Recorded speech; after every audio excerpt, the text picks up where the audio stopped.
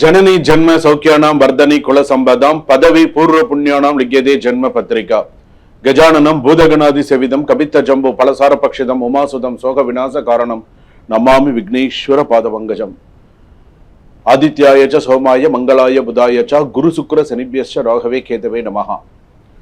உலகெங்கும் வாழக்கூடிய next gen நேயர்கள் அனைவருக்கும் வணக்கம். என்னுடைய ஆசீர்வாதங்கள். எல்லாரும் எப்படி இருக்கீங்க? நலமா இருப்பீங்கன்னு நம்புறேன். இன்றைய தினம் நாம் பார்க்கக்கூடியது ஆனி மாத ராசி பலன்கள். சூரிய பகவான் ஒரு ராசியிலிருந்து இன்னொரு ராசிக்கு செல்லக்கூடியது. அதாவது சித்திரை, வைகாசி, ஆனி, ஆடி, மேஷம், ரிஷபம், மிதுனம், கடகம். இப்ப மிதுன ராசிக்கு சூரியன் வரக்கூடியது அப்படின்னு சொல்லும் பொழுது ஆனி மாதம். ஸோ அந்த சூரியனை பேஸ் பண்ணி இப்போ இந்த ஆனி மாத ராசி பலன்கள்லாம் எப்படி இருக்கும், மற்ற கிரக அமைப்புகள்லாம் எப்படி இருக்கு. ஸோ இந்த ஆனி மாதத்துல 12 ராசிகளுக்கு என்னென்ன பிளஸ் என்னென்ன மைனஸ் எப்படி இருக்கும், என்ன பண்ணணும் அப்படிங்கிறத நம்ம பார்க்க போறோம். ஆனி மாதம் அப்படின்னு சொன்னாலே ஆனி திருமஞ்சனம், ஆனி மாதம் விசேஷமான மாதம். என்ன வீடு குடி போக மாட்டாங்க. ஆனி மாதம் பங்குனி மாதம்ல வீடு குடி போக மாட்டாங்க. சில இடங்களில் திருமணம் பண்ணுவாங்க, சில இடத்துல பண்ண மாட்டாங்க. விஷயம் தெரிந்தவங்களும் சில பேர் திருமணம் செய்ய மாட்டாங்க. ஆனி ஆடியெல்லாம் கிடையாது, ஆவணி மாதம் தான் அதோட. அப்படி இருக்கக்கூடிய காலகட்டத்தில் இந்த ஆனி மாத ராசி பலன்கள் யார் யாருக்கெல்லாம் நல்ல சிறப்பாக இருக்கு, யார் யாரெல்லாம் எச்சரிக்கையாக இருக்கணும் அது அப்படிங்கிறத நம்ம பார்க்க போகிறோம். ஏன்னா நம்ம வாழறது பார்த்தீங்கன்னா ஒரு கொடிய உலகத்தில் நம்ம வாழ்ந்துட்டு இருக்கோம். கொரோனாவை விட ஒரு கொடிய உலகத்தில் நம்ம வாழ்ந்துட்டு இருக்கோம். உண்டா இல்லையா அப்படிங்கிறது உங்க மனசாட்சிக்கு நல்லா தெரியும். இந்த கொடிய உலகத்துல ஒவ்வொருத்தரும் ஒவ்வொரு டைப், ஒவ்வொருத்தரும் ஒவ்வொரு விஷயம், ஒவ்வொருத்தரும் ஒவ்வொரு இது. இன்னைக்கு நல்லா பேசுவான், நாளைக்கு சரியா பேச மாட்டான், இன்னைக்கு பிரச்சனை பண்ணுவான், நாளைக்கு ஏதாவது ஒரு பிரச்சனை பண்ணுவான். இந்த உலகத்து சில பேருக்கெல்லாம் எப்படி தெரியுமா இருக்கும், எப்படா இந்த உலகத்தை விட்டு நம்ம எல்லா கடமைகள்லாம் முடிச்சுட்டு எப்படா போய் சேருவோம் அப்படிங்கிற அளவுக்கு வெறுத்து போயிருக்காங்க சில பேர்லாம். என்ன அந்த அளவுக்கு ஒரு கொடிய உலகத்துல நம்ம வாழ்ந்துட்டு இருக்கிறது தான் நிதர்சனமான உண்மை. இதுல தான் தெய்வங்களும் இருக்கு, இதுலதான் எல்லா நல்லது கெட்டதும் இருக்கு. இது எல்லாம் சமாளிச்சு போறவன் தான் மனிதன். அதனாலதான் ஆதி காலத்திலிருந்து இன்றைய தொன்று தொட்டு வரையில பஞ்சாங்கம், திதி, வார, நட்சத்திர, யோகஸ்ட கரணம் செய்வ அப்படின்னு சொல்லும்போது அந்த காலத்துல இருந்து இந்த காலம் வரைக்கும் ஒரு பஞ்சாங்கம் பார்த்து ஒரு நடவு பண்றதுல இருந்து, ஒரு பஞ்சாங்கம் பார்த்து ஒவ்வொரு விஷயங்கள் செய்யறதுல இருந்து எல்லாமே பண்ணிட்டு இருந்தாங்க. அப்ப இந்த தமிழ் மாத ஆணி மாத பலன்கள் அப்படின்னு சொல்லும்போது இந்த 12 ராசி, மேஷ ராசியிலிருந்து மீன ராசி வரைக்கும் எப்படி இருக்கும், என்னென்னலாம் செய்தால் நம்ம வாழ்க்கைக்கு சிறப்பு அப்படிங்கிறத நம்ம பார்க்க போறோம். என்னென்னலாம் பிளஸ் மைனஸ்ங்கிறத நம்ம பார்க்க போறோம். வாங்க வீடியோக்குள்ள போவோம், கடைசி வரைக்கும் ஸ்கிப் பண்ணாம பாருங்க. சிம்ம ராசி நேயர்களே, சிம்ம ராசிக்கு எப்படி இருக்கு? மக நட்சத்திரம் சிம்ம ராசி, பூர்வ நட்சத்திரம் சிம்ம ராசி, உத்தர நட்சத்திரம் 1ஆம் பாதம் வரையில சிம்ம ராசி. சிம்மராசி பொறுத்தளவுக்கு உங்களுடைய கருத்துக்களுக்கு அதிக மதிப்பு அலுவலகத்தில் கிடைக்கும். பிரிவு மாற்றம் வரும். அதாவது இப்போ வேலை செய்யற இடத்துல நிறைய பிரிவுகள் இருக்கும் இல்லையா, அந்த பிரிவு மாற்றம் வரத்துக்கான வாய்ப்புகள் நிறைய இருக்கு. இந்த டாக்ஸ் எல்லாம் இருக்கு இல்லையா, டாக்ஸ் எல்லாம் வரி வசூல் பண்றவங்க, அந்த இதெல்லாம் இருக்காங்களா, ஆடிட்டர்ஸ் எல்லாம் இருக்காங்க இல்லையா, அவங்களுக்கெல்லாம் ஓரளவுக்கு சிறப்பா இருக்கு. அந்த அலுவலகத்துல இருப்பவர்களுக்கெல்லாம் சிறப்பான சில நல்ல மாற்றங்கள், நல்ல விஷயங்கள்லாம் அடுத்தடுத்து வரக்கூடிய சூழ்நிலைகள் ஜாதகத்துல இருக்கு. ஒரு அதிர்ச்சி தரக்கூடிய ஒரு சம்பவம் என்ன அப்படின்னா, வேலையில இப்ப சிம்ம ராசிக்காரர்கள், நான் ஒரு 10 வருஷமா வேலை பார்த்தேன், 15 வருஷமா வேலை பார்த்தேன், 25 வருஷமா நான் வேலை பார்த்துட்டு இருந்த ஒரு அலுவலகத்துல இன்னைக்கு யாரோ செய்த ஒரு தவறுக்காக இன்னைக்கு நான் இன்னைக்கு எனக்கு என்னையும் டெர்மினேட் பண்ற அளவுக்கு எனக்கு ஒரு விஷயம் எனக்கு வந்துருச்சு அப்படிங்கிற அளவுக்கு சில விஷயங்கள் வரும். ஸோ நீங்க கவனமா இருங்க. ஆனி மாசத்துல இது வரும். இந்த விஷயம் நடந்தது அப்படின்னு சொன்னா என்கிட்ட சொல்லுங்க, உங்களுக்கு அதற்கான சில ரெமெடிஸ் சொல்றேன். குடிமான வரைக்கும் டெர்மினேட் ஆகாத அளவுக்கு பார்த்துக்கலாம்.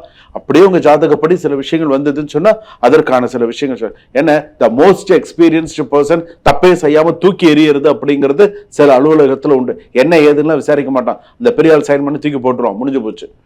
வாட் இஸ் த எக்ஸ்பீரியன்ஸ், அவங்க என்ன இந்த அளவுக்கு என்ன செஞ்சிருக்காங்க, என்ன ஏதுன்னெலாம் பார்க்க மாட்டான்.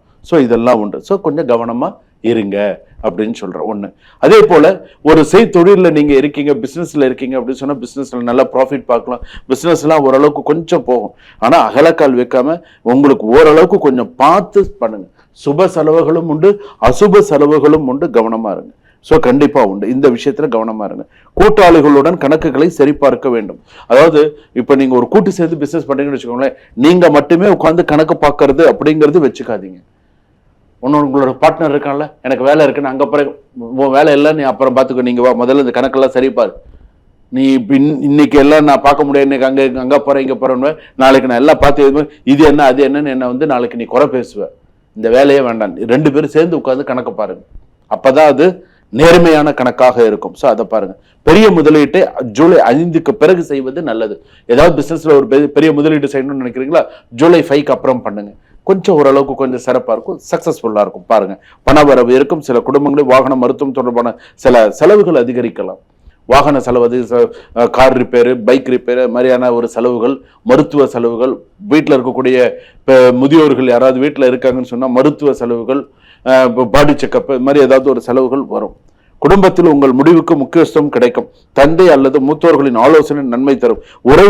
உறவுகளில் ஒருவருடன் இருந்த மனக்கசப்பு தீரும். உங்க சொந்தத்துல யாராவது ஒருத்தர் கூட மனக்கசப்பு இருந்ததுன்னா அந்த மனக்கசப்பு எல்லாம் தீர்ந்து சரி ஓகே பரவாயில்ல பாத்துக்கலாம் அனுசரிச்சு ஓரளவுக்கு விட்டு கொடுத்து போகக்கூடிய அளவுக்கு சில விஷயங்கள் நடக்கும். அதே போல திருமண வாழ்க்கை, திருமணம் சம்பந்தப்பட்டது, ஏற்கனவே திருமணமானவர்களுக்கு எல்லாம் சிறப்பா இருக்கும். அதே போல விட்டு கொடுத்து போகணும். சிம்ம ராசி பொறுத்தளவுக்கு நீங்க கணவன் மனைவியா இருந்து, கணவராக தனியா இருந்து, மனைவியா இருந்து 2 பேரும் நீங்க இருக்கீங்க. ஆனா 2 பேருமே ஒருத்தருக்கு ஒருத்தர் தெரியாம ரிலேஷன்ஷிப்ல இருக்கீங்கன்னு சொன்னா பூதாகாரமா வெடிக்கும், ஜாக்கிரதை. நீ கணவர் வாட்டுக்கும் ஒரு பொண்ணோட ரிலேஷன்ஷிப்ல இருக்கும், மனைவி வாட்டுக்கும் ஒரு பர்சனோட ரிலேஷன்ஷிப்ல இருக்கிறது, பேசுறது, அந்த மாதிரி இருந்தீங்கன்னு சொன்னா இது பூதாகாரமா வெடிக்கும். கவனமா இருங்க. யாருக்கிட்ட எப்படி பேசுறோம், என்ன பேசுறோங்கிறத கவனமா இருங்க. அதே போல சகோதர உறவுகள் எல்லாம் ஓரளவுக்கு நல்லா இருக்கும். உறவினர்களிடம் கொடுத்த வாக்குறுதிகளை நிறைவேற்று. உங்க ரிலேஷன்ஸ் கிட்ட நான் இதெல்லாம் செஞ்சிடறேன், இதெல்லாம் இப்பெல்லாம் நான் இது டைம் வருமா நான் பண்றேன்னு சொன்னா அந்த ஒரு சில விஷயங்களை சக்சஸ் பண்ணுவீங்க. சொத்து அல்லது பணம் தொடர்பான பேச்சுக்களில் அமைதியாக இருந்து சாதிச்சு பண்ணுங்க. அரசு ஆவணங்கள், வரி, உரிமம் போன்றவற்றில் கவனம் தேவை. பழைய வழக்குகளில் இருந்து மெதுவாக விடுதலை பெறுவீர்கள். ஸோ சில விஷயங்கள் உங்களுக்கு சக்சஸ்ஃபுல்லா வரும். ஸோ கவனமா இருக்கு. தேவையற்ற சட்ட சிக்கல்களை தவிர்க்கவும். அரசியல்வாதிகளுக்கு மக்கள் கவனம் அதிகரிக்கும். நீங்க சிம்மராசியில இருக்கீங்களா, மக்கள் கவனம் உங்கள் மீது அதிகரிக்கும். சிம்மராசி பொறுத்த அளவுக்கு இப்போ யாராவது ஒருத்தர் இருக்கீங்கன்னு வச்சுக்கோங்களேன், நீங்களா போய் அதாவது இப்பெல்லாம் நம்ம நிறைய சமூக வலைதளங்கள்ல பாக்குறோம். சிம்மராசி பொறுத்தளவுக்கு நான் சில விஷயம் சொல்றேன். இப்ப மீடியாஸ்ல எல்லாம் நிறைய கேள்வி கேட்கதான் கேட்பாங்க. அவங்களுக்கு என்ன வேணும்னு கேட்கணும்னு நினைக்கிறாங்களோ அதெல்லாம் டக்குன்னு கேட்கதான் கேட்பாங்க.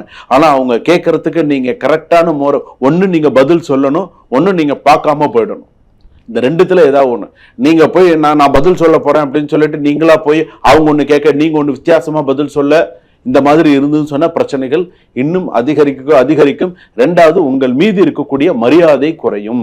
Politicians should be very careful. ரொம்ப பேசுறதுல கவனமா பேசுங்க. நம்ம வந்து மீடியாக்காரங்களை குறை சொல்ல முடியாது. அவங்களுடைய வேலை அது கேட்கறது. பதில் சொல்ல வேண்டிய இடத்துல நீங்க இருக்கீங்க, பதில் சொல்லி தான் ஆகணும். முடிஞ்சா பதில் சொல்லுங்க, முடியலையா அங்க எப்படி இருக்கணுமோ அந்த மாதிரி போய்கிட்டே இருங்க. ஏன்னா இதனால மக்கள் மத்தியில உங்களுக்கு ஒரு அவப்பெயர் வரக்கூடாது, பார்த்துக்கோங்க.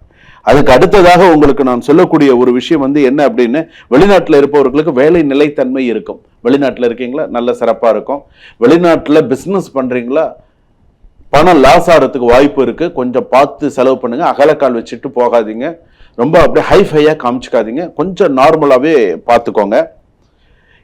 இதயம், ரத்த அழுத்தம், கண் சோர்வு போன்றவற்றில் கவனம் தேவை.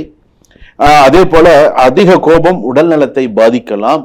ஸோ இந்த மாதிரியான சில விஷயங்கள்லாம் இருக்கு. மாணவிகள் படிப்புல நிறைய கான்சென்ட்ரேட் பண்ணுங்க.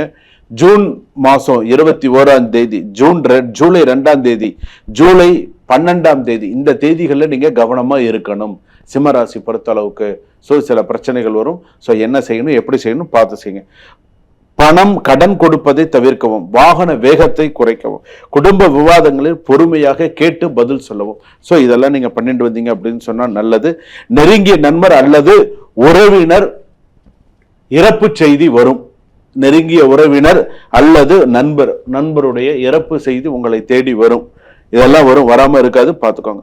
சமூக ஊடகத்தில் கூறிய கருத்தால் சிறிய சர்ச்சை ஏற்படும். நான் இப்ப முன்னாடி சொன்ன பார்த்தீங்களா, அதை தான் நான் இப்பவும் சொல்றேன். சமூக ஊடகத்தில் கூறிய கருத்தால் சர்ச்சை ஏற்படும். ஸோ கவனமா பேசுங்க. பணத்தை விட பெயர் மற்றும் மரியாதையை காக்க வேண்டிய சூழ்நிலை உங்களுக்கு இருக்கு. சிவாலயத்துல சென்று சிவாலயத்துக்கு போங்க. சிவபெருமானுக்கு 6 தீபம் ஏற்றி வழிபாடு செய்தால் சிம்ம ராசி கெடு பலன்களை குறைத்து சுப பலன்களை அதிகரிக்கலாம். வாழ்க வளமுடன். இதுவரையிலே நாம் பார்த்தது 12 ராசிக்கான ஆணி மாதத்திற்கான பொது பலன்கள் மட்டுமே.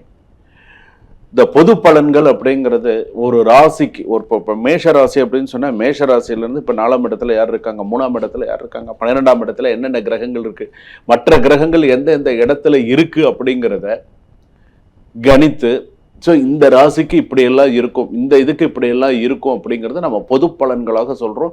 இது பாதி பேருக்கு அப்படியே பலிக்கும், சரியாகவே இருக்கும், சில பேருக்கு அந்த அளவுக்கு இருக்கும். ஆனா நம்ம சில ராசி அப்படின்னு நம்ம எடுத்துக்கும் பொழுது இது பொது பலன்கள். அப்போ நம்மளுடைய பிறந்த ஜாதகப்படி, பிறந்த ஜென்ம ராசிப்படி சில விஷயங்கள் மாறும்.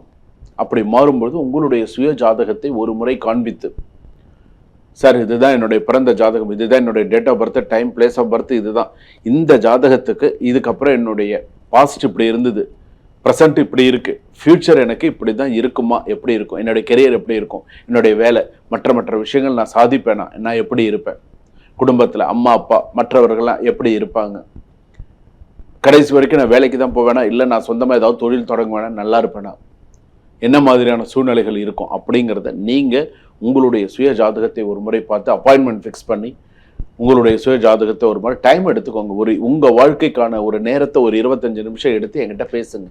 அப்போ தான் உங்களுக்கு சில விஷயங்கள் புரிய வரும். வாழ்க வளமுடன்.